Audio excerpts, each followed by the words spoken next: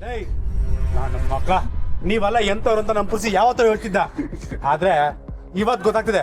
ಮುಚ್ಕೊಂಡ್ ಬಿಡಕ್ಕೆಲ್ಲ ಎಲ್ಲ ಬಿಡಕ್ಕಿಲ್ಲ. ಎಲ್ಲ ಮಾಡ್ತೀಯಾ? ನನ್ನನ್ನೇ ಹಿಡ್ಕೊಳ್ಳ ಮೊಬೈಲ್, ನನ್ನನ್ನೇ ತುಕಲಿ ಅಂತೀಯ. ತುಕಲಿ ಅಂತೀಯಲ್ಲ.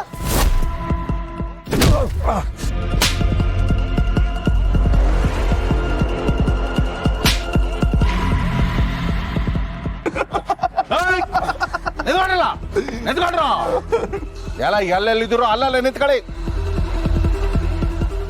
ಯಾವನಾರ ಇಲ್ಲಿಂದ ಕಾಲ್ ಕಿತ್ತೋಕ್ ನೋಡಿದ್ರು ಇವ್ರಗಳ ಜೊತೆಗೆ ನಿಮ್ಮನ್ನು ಊತ ಹಾಕ್ಬಿಡ್ತೀನಿ.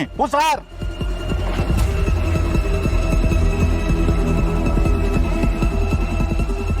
ಮನುಷ್ಯನ್ಗೆ ಸ್ವಲ್ಪನಾರು ನಿಯತ್ತಿರ್ಬೇಕು. ಸೈನ್ ಹಾಕಿದ್ಮೇಲೆ ಬಿಟ್ಟು ಬಿಡ್ತೀನಿ ಅಂತ ಹೇಳಿ ಇವಾಗ ಕಟ್ಟಿ ಹಾಕಿದ್ಯಲ್ಲ, ಇವ್ರು ನಿನ್ನ ಸುಮ್ಮನೆ ಬಿಡ್ತಾನ? ಲೇ ಹುಲಿ, ನೀನೇ ದೊಡ್ಡ ಬೇಟೆಗಾರ ಅಂತ ಮೆರಿಬೇಡ. ನಿನ್ನ ಮೇಲೆ ಸವಾರಿ ಮಾಡೋ ಗಾಳಿ ಎಲ್ರಕ್ಕಿಂತ ದೊಡ್ಡವಳು. ತಾಯಿ ಬರ್ತಾಳೆ.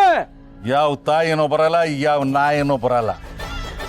ಏಯ್ ಏನ ನೀನ್ ಅವಳಿ ಓಚ ಸಾರಿ ಕರಡ್ಬಿಟ್ಟೈತೆ ನಿನ್ಗೆ. ಏಯ್ ಇಕ್ರಲ್ಲ ಹಾಕಿ ಅವನ್ಗೆ ನಡ್ಲಾ ಚಂದ್ರ ಅಲ್ಲಿ ಬೀಸಾಕ್ ಹೋಗ್ಲಾ. ಬಾರ್ಲ ವಿಧಾನಸಗಳ್ಳ ಅವನ್ನ ಬಾರ್ಸ ಹೇಳ್ತೀನಿ.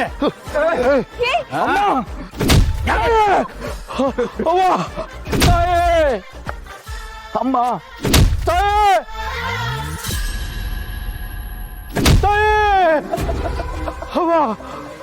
ಯಾರಲ್ಲ ನಿಮ್ನೆಲ್ಲ ಕಾಪಾಡೋದಕ್ಕೆ ಜಾಬಿ ಬರ್ತಾಳೆ ಅಂತ ಖುಷಿಯಾಗಿದ್ದೀರೋ? ಯಾರು ಬರಕಿಲ್ಲ. ನಿಮ್ಮನ್ನು ಕಾಪಾಡೋದಕ್ಕೆ ಯಾವ ನರ್ಮನ್ಸ್ನು ಬರಕಿಲ್ಲ, ತಿಳ್ಕೊಳ್ಳಿ.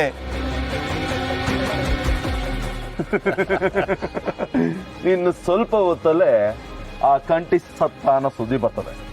ಆಮ್ಯಾಕೆ ನಿಮ್ಮನ್ನು ಮುಗಿಸ್ತೀವಿ. ಇನ್ಮ್ಯಾಕೆ ನಮ್ಮ ಅಪ್ಪನ ಈ ಊರಿಗೆ ರಾಜ.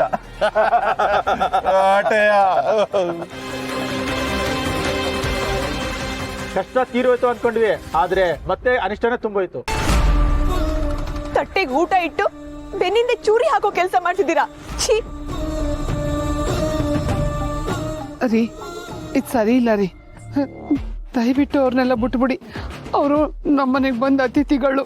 ಬಾಯ್ ಮುಚ್ಕೊಂಡು ನಿಂತ್ಕೊಂಡ್ರೆ ಸರಿ, ಇಲ್ಲ ಅಂದ್ರೆ ನಿನ್ನನ್ನು ಮರ ಕಟ್ಟಾಕ್ಬಿಟ್ಟು ಮೊಳೆ ಹೊಡೆದು ಬಿಡ್ತೀನಿ. ಛೇ, ನೀವಿಷ್ಟು ಕೆಟ್ಟ ಜನ ಅಂತ ಗೊತ್ತಿಲ್ಲದೆ ಅಪ್ಪ ನಮ್ಮ ಬಾವ ಒಬ್ರೆ ಪೂಜೆ ಮಾಡಕ್ ಹೋಗಿದ್ದಾರೆ. ಪೂಜೆ ಮಾತ್ರ ಅಲ್ಲ ಸುಮಾ, ಊರೂರೆಲ್ಲ ತಿರ್ಗಿ ಭಿಕ್ಷೆ ಎತ್ತಿದ್ರಲ್ಲ, ಪಾಪ ಕಂಟಿ ಅವರು.